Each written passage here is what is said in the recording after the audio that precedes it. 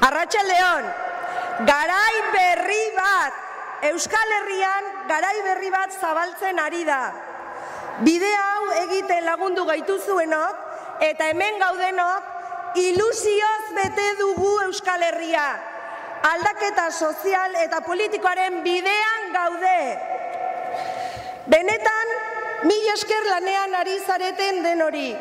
Zuek zarete Bilduren Ari Matazaren kolorea. Euskal Herria iruteragoaz. Zuetako askok hautagaiak zarete. Benetako aldaketarako pausoa eman duzue. Itxaropena ekarri duzue zuen herrietara, hirietara, kontzejuetara. Beste batzuk, herri mugimenduetako partaideak zarete. Independenteak, subiranistak, abertzaleak, lasai. Zuen ahotsa instituzioetan entzungo da. Eta aztu gabe doa. Gutako asko, emakumeak gara, konprometituak, hitzezkoak eta langileak.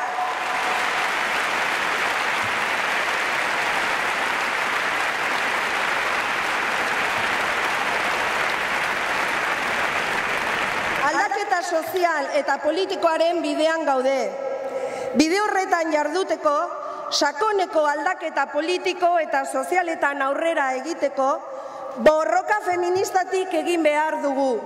Bilduk, haize freskoa instituzioetaraino eramango du.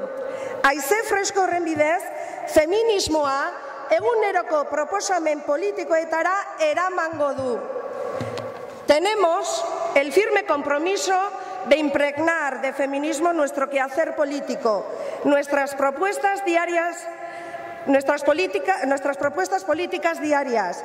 No nos limitaremos, como el resto de formaciones, a llegar corriendo el 8 de marzo y salir a la calle para mostrar nuestro compromiso con la igualdad.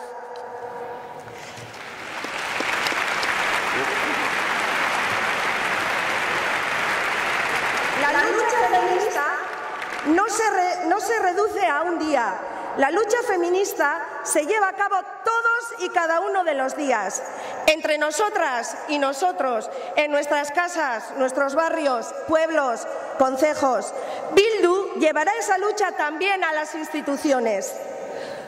Oso ondo dago politikarien diskurtsoetan genero berdintasuna errespetatzea.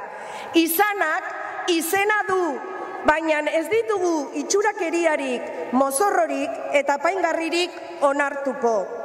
Euskal Herrian dagoen ziklo berriak more kolorea du. More kolorez margotuko ditugu Euskal Herriko txoko guztiak.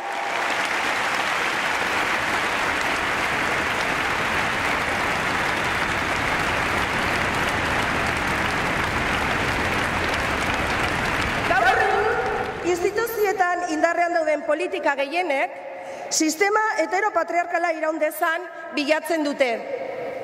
Eredu patriarkalarekin apurtzeko, berdintasuna nahikoa ez dela argi utzi dute. Eredu patriarkala apurtzeko aukera bakarra feminismotik egitea da.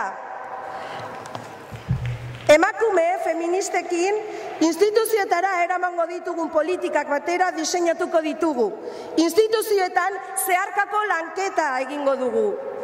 Trabajaremos para acabar con la feminización de la pobreza. No limitaremos la exclusión social a la falta de ingresos económicos.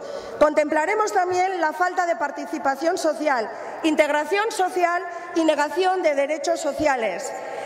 El actual modelo heteropatriarcal es uno de los males a erradicar en la nueva etapa abierta en Euskal Herria.